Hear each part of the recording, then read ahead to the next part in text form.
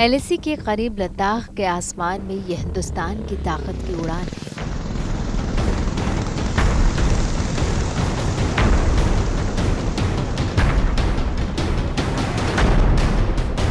दुनिया के सबसे घातक युद्धक हेलीकॉप्टर अपाचे की हुंकार इस बात का सबूत है कि देश की हिफाजत में हिंद की सेना पूरी तरह मुस्तैद है।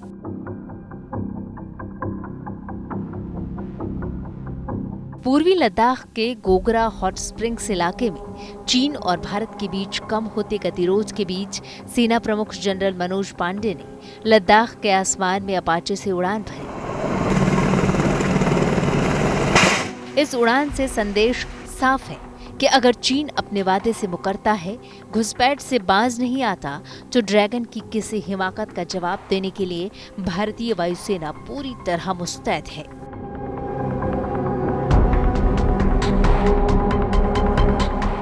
जनरल मनोज पांडे लद्दाख में ऑपरेशनल तैयारियां जांचने पहुंचे थे। उड़ान के दौरान वायुसेना की ओर से सेना प्रमुख को अपाचे की युद्धक क्षमता और खूबियों की जानकारी दी गई। सेना प्रमुख ने उत्तरी कमान की फायर एंड फ्यूरी कोर मुख्यालय का भी दौरा किया। इस दौरान सेना प्रमुख को वास्तविक नियंत्रण रेखा के ताजा हालात की जानकारी दी गई। सेना प्रमुख का ये दौरा क्यों अहम है? अपाचे से उड़ान भरकर सेना प्रमुख क्या संदेश देना चाहते हैं, ये सब हम आपको बताएंगे। लेकिन उससे पहले देखिए लद्दाख सेक्टर में हिंदुस्तान की ताकत की ये तस्वीर।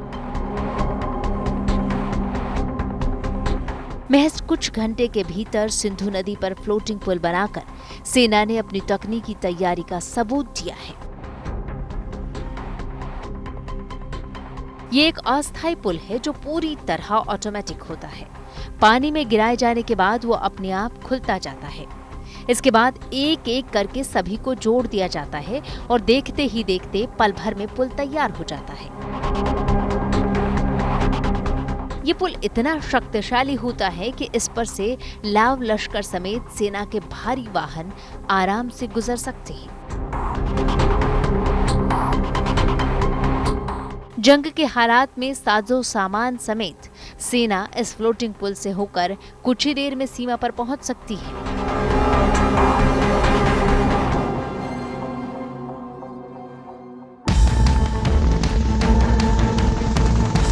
एक तरफ सेना की ये तैयारी और दूसरी तरफ अपाचे हेलीकॉप्टर से सेना प्रमुख की उड़ान। इन दोनों तस्वीरों के मायने साफ हैं। मायने ये कि भारत युद्ध नहीं चाहता, न ही युद्ध की पहल करता है, लेकिन अगर उसे युद्ध के लिए मजबूर किया गया तो फिर वो जंग से पीछे नहीं हटता। दुश्मन को दोज़ख में पहुंचाकर ही दम लेता है। जून 2020 की यह तस्वीर इस बात का सबूत है, जब गलवान में भारत के रणबांकुरों और चीन के घुसपैठिए पीएलए सैनिकों के बीच हिंसक झड़प हुई थी, जिसमें हमारे कुछ जवान शहीद हुए थे। लेकिन शहीद होने से पहले हमारे जवानों ने चीन के 40 से ज्यादा सैनिकों को मौत की घाट उतार दिया था। भारत और चीन के बीच सीमा पर गतिरोध तब से ही कायम है। कई दौर की बातचीत का कोई नतीजा नहीं निकला। अब भारत और चीन की सेनाओं के बीच 16वीं बैठक में शांति बनाए रखने के लिए पीछे हटने का फैसला हुआ है। दोनों देशों के बीच न केवल पूर्वी लद्दाख के गोगरा हॉट स्प्रिंग्स इलाके से पीछे हटने पर सहमति बनी है, बल्कि पूर्ण शांति बहाली के लिए दोनों ओर बने अस्थायी और बाकी ढांचों को ध्वस्त करने पर भी दोनों देश तैयार हो गए हैं।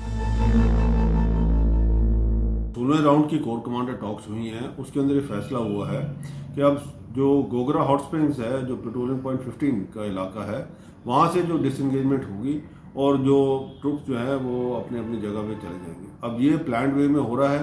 अब फाइनल क्या होता है इसका ये बाद में पता लगेगा, पर फिलहाल मेरे हिसाब से तो ये अच्छी खबर है। बेशक चीन गोगरा हॉट स्प्रिंग्स इलाके से पीछे हटने को राजी हो गया है, लेकिन इतिहास गवाह है कि चीन पर आंख बंद कर भरोसा नहीं किया जा सकता।